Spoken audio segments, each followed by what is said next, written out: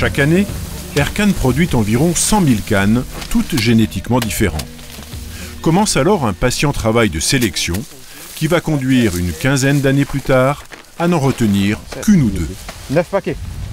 À la fin de la première année, les sélectionneurs choisissent les 12 ou 15 000 plus belles variétés et les multiplient au champ dans des petites loges. Elles seront évaluées au terme de leur second cycle de végétation. Alors, pas mal celle-là.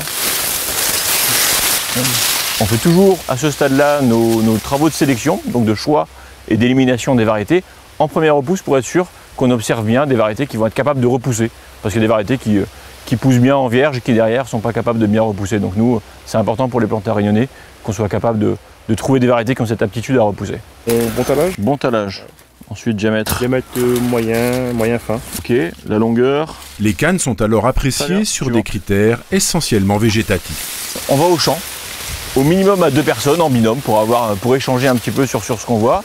Et donc on va observer un petit peu ce qui nous intéresse, ce qui intéresse le planteur chez une variété, c'est-à-dire principalement un bon rendement. Donc on va observer les composantes du rendement, le nombre de tiges pour chacune des variétés, le diamètre des tiges, si elles sont grosses ou pas, la hauteur des tiges bien entendu.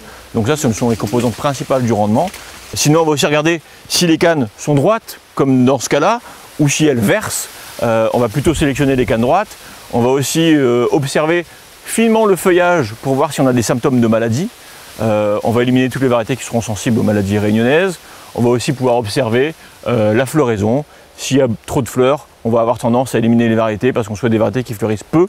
Parce qu'une variété qui fleurit, c'est une variété qui s'arrête de pousser. 23. Ce travail d'observation est complété, pour les cannes les plus belles, par une mesure élémentaire de la teneur en sucre. L'ensemble de ces données permet de retenir environ 700 candidats. Et là, on va vraiment commencer une sélection qu'on appelle sélection expérimentale, avec un dispositif statistique un peu plus important, avec des répétitions, et qui va durer encore 3 stades qui viennent derrière avant d'arriver à la fin du schéma de sélection. 3 stades, cela signifie 3 cycles de 3 ou 4 ans, avec à chaque fois l'élimination des variétés les moins performantes sur la base de critères quantitatifs. Ainsi, à toutes les récoltes, les cannes sont pesées.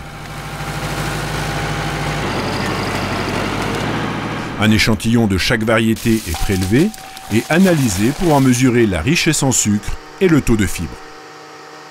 À la fin du processus, 1 ou 2 variétés sont donc libérées et proposées aux planteurs, avec comme préoccupation centrale de créer des cannes qui sont de mieux en mieux adaptées à l'extrême diversité des conditions agronomiques et climatiques de l'île.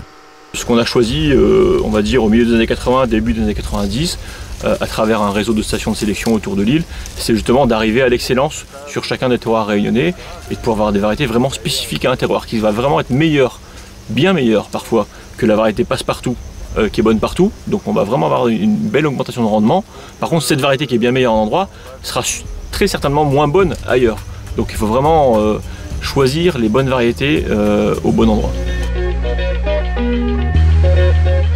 Aujourd'hui, Ercan propose un catalogue bien diversifié et qui répond pleinement aux attentes des planteurs réunionnais.